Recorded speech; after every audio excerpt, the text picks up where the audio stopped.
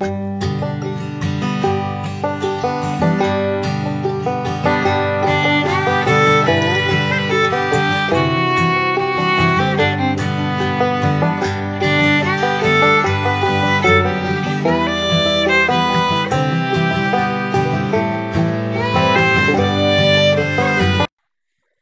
To Senthil's kitchen. Senthil's kitchen சேனலில் இன்றைக்கி chola puri recipe எப்படி செய்யலான்னு பார்க்க போகிறோம். சோலாபூரி ரெசிபி வீடியோ பார்க்குறதுக்கு முன்னாடி செந்தில்ஸ் கிச்சன் சேனலை சப்ஸ்கிரைப் பண்ணாதவங்க சப்ஸ்கிரைப் பண்ணிக்கோங்க. இந்த வீடியோ உங்களுக்கு ரொம்ப பிடிச்சிருந்தா ஒரு லைக் பட்டனை ப்ரெஸ் பண்ணிக்கோங்க. இனிமேல் இந்த சோலை பட்டரை சாப்பிட்றதுக்கு நம்ம ரெஸ்டாரண்ட் போய் தான் சாப்பிடணும்னு அவசியம் கிடையாது. வீட்லேயே ரொம்ப சுலபமாக, அதுவும் ரொம்ப குறைவான நேரத்தில் அதே டேஸ்ட்டில் அதே டெக்ஸ்சரில் செஞ்சு சாப்பிடலாம். இந்த சோலை பட்டூரா செய்கிறதுக்கு முதல்ல ஒரு 1/4 கிலோ அளவுக்கு நான் மைதா மாவு எடுத்து வச்சுருக்கேன். இந்த 1/4 கிலோ அளவு மைதா மாவுக்கு ஒரு 2லேருந்து 2.5 டேபிள் ஸ்பூன் அளவு வரைக்கும் நம்ம ரவை சேர்த்துக்கலாம். ரவை சேர்க்கறதுனால சோளா பட்டூரை நமக்கு நல்லா கிறிஸ்பியாக கிடைக்கும். நம்ம ரெஸ்டாரண்ட் ஸ்டைல்லையே அதே டெக்ஸ்சரில் கிடைக்கும். அதுக்கப்புறமா ஒரு 1/4 டீஸ்பூனுக்கும் குறைவாக ஒரு பிஞ்ச் அளவுக்கு சோடா மாவு சேர்த்துக்கலாம். இந்த சோடா மாவு நம்ம இன்ஸ்டண்ட்டாக செய்கிற மெத்தடுக்கு மட்டும்தான் சேர்த்துக்கலாம். சோடா மாவு நீங்கள் தவிர்த்தும் செய்யலாம். அதுக்கப்புறமா உப்பு தேவையான அளவு சேர்த்துக்குங்க. 1 டீஸ்பூன் அளவுக்கு சர்க்கரையும் இந்த அளவுக்கு சேர்த்துக்கலாம். அதுக்கப்புறமா ஒரு 2 டேபிள் ஸ்பூன் அளவுக்கு கர்ட் சேர்த்துக்கலாம். இல்லை 100 ml வரைக்கும் கூட நீங்கள் கர்டு தாராளமாக சேர்த்துக்கலாம். கர்ட் சேர்க்கும் போது நீங்கள் தண்ணியோட அளவை குறைச்சிக்கணும். இப்போது இது எல்லாத்தையும் நல்லா மிக்ஸ் பண்ணணும். மிக்ஸ் பண்ணிவிட்டு நம்ம சப்பாத்தி மாவுக்கு பிசைகிற மாதிரி பிசைஞ்சிக்கணும். தண்ணி கொஞ்சம் கொஞ்சமாக ஆட் பண்ணிக்கோங்க. ஏன்னா நம்ம தயிர் சேர்த்துருக்கோம், தண்ணி குறைவாக தான் பிடிக்கும். அதனால் கொஞ்சம் கொஞ்சமாக தண்ணி ஆட் பண்ணிக்கோங்க. நம்ம கொஞ்சம் ஹார்டாக தான் பிசையணும், ரொம்ப லூஸாக பிசையக்கூடாது. ஏன்னா நம்ம சர்க்கரை, இந்த ரவை எல்லாமே கொஞ்சம் நேரத்தில் சாஃப்ட் ஆகிடும். அதனால் இன்னும் மாவு பதம் இன்னும் இலகலாக வர ஆரம்பிச்சிடும். அதனால் கொஞ்சம் ஹார்டாகவே பிசைங்க. சர்க்கரை 2 பர்பஸ்க்காக சேர்க்குறோம். ஒன்று டேஸ்ட்டை பேலன்ஸ் பண்ணி கொடுக்கும். இன்னொன்று நம்ம கலர் கரெக்டான கலர் டெக்ஸ்சரில் நமக்கு கலர் தூக்கி கொடுக்கும். அதனால தான் இந்த சர்க்கரை ஆட் பண்ணுறோம். இதை தயிர் சேர்க்கறதுனால லைட்டாக புளிப்பு தன்மை கொடுக்கும். இதுதான் ரெஸ்டாரண்ட் ஸ்டைலில் நமக்கு அதே டெக்ஸ்சரில் அதே டேஸ்ட்டில் கிடைக்கிறதுக்கான இன்க்ரீடியன்ட்ஸ். இப்போது இந்த பிசைஞ்ச மாவு குறைஞ்சி 20 நிமிஷத்துலேருந்து அரை மணி நேரம் வரைக்கும் நம்ம ரெஸ்ட்டில் விட்டுடலாம். இப்போ ஒரு அரை மணி நேரம் ஆயிடுச்சு. இப்போ மாவை எடுத்து மறுபடியும் நல்லா பிசைஞ்சு கொடுத்துக்கலாம். இப்போ கொஞ்சம் மாவு பார்த்திங்கன்னா இலகலாக வந்திருக்கும். நம்ம பிசையும் போது கொஞ்சம் ஹார்டாகவே பிசைஞ்சிருப்போம்.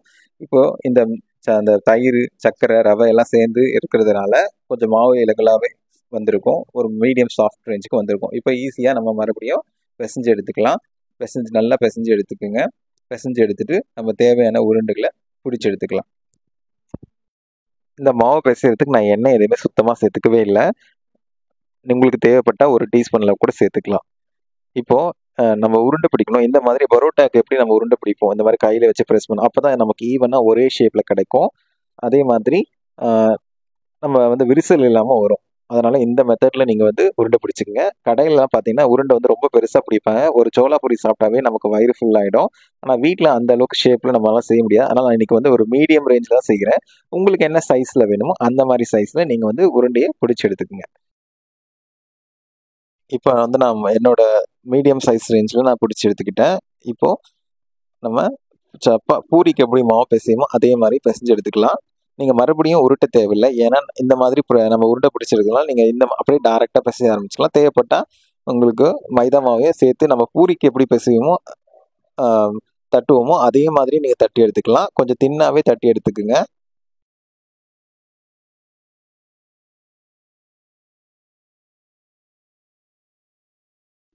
இதே மாதிரி எல்லா உருண்டையும் நம்ம சப்பாத்தி பூரிக்கு எப்படி தட்டுவோமோ அதே மாதிரி தட்டி எடுத்துக்கலாம். எல்லாமே ஒரே சைஸில் ஈவனாக தட்டிக்குங்க. ரவுண்ட் ஷேப், ஸ்கொயர் ஷேப்னு எந்த ஷேப்பில் வேணால் உங்களுக்கு ஏற்ற மாதிரி நீங்கள் தட்டி எடுத்துக்கலாம். நீங்கள் தட்டின பிறகு இந்த மாதிரி 2 கையிலையும் ஒரு 2-4 முறை தட்டி எடுத்துக்கங்க. அப்போ தான் நமக்கு ஈவனாக அந்த திக்னஸ் டிஸ்ட்ரிபியூஷன் ஆகிட்டு வரும். அடுத்து ஒரு கடாயில் தேவையான அளவு எண்ணெய் சேர்த்துக்கலாம். எண்ணெய் நல்லா காயணும். எண்ணெய் காயாமல் போட்டிங்கன்னா அந்த பஃப்னஸ் வராது. நம்ம நிறைய பேர் லோ ஃப்ளேமில் வச்சுருவீங்க. லோ ஃப்ளேம் வைக்கக்கூடாது, மீடியம் டு ஹை ஃப்ளேமில் வைங்க. எண்ணெய் நல்லா காஞ்சிருந்தால் தான் இந்த பஃப்னஸ் வரும். இந்த மாதிரி நம்ம பூரி எப்படி சுட்டு எடுப்போமோ அதே மாதிரி சுட்டு எடுக்கணும். இந்த மாதிரி ஃப்ளஃப்னஸ் வரும். நம்ம நல்லா ஒரு 20 நிமிஷமாவது குறைஞ்சி ஊற வச்சுருக்கணும். நான் சொன்ன எல்லா மெத்தடும் ஃபாலோ பண்ணிங்கன்னா உங்களுக்கு ரெஸ்டாரண்ட்டில் கிடைக்கக்கூடிய அதே ஃப்ளஃப்னஸில் இந்த மாதிரி சோளாபூரி கிடைக்கும். பாருங்கள், நமக்கு ரெஸ்டாரண்ட் கிடைக்கிற அதே சோளாபூரி நம்மளும் வீட்டில் செய்ய முடியும். அதே பஃப்னஸோட செய்ய முடியும். இந்த பஃப்னஸ் பார்த்தீங்கன்னா குறைஞ்சது ஒரு 5-6 நிமிஷம் இல்லை 10 நிமிஷம் வரைக்கும் கூட மெயின்டைன் ஆகும்.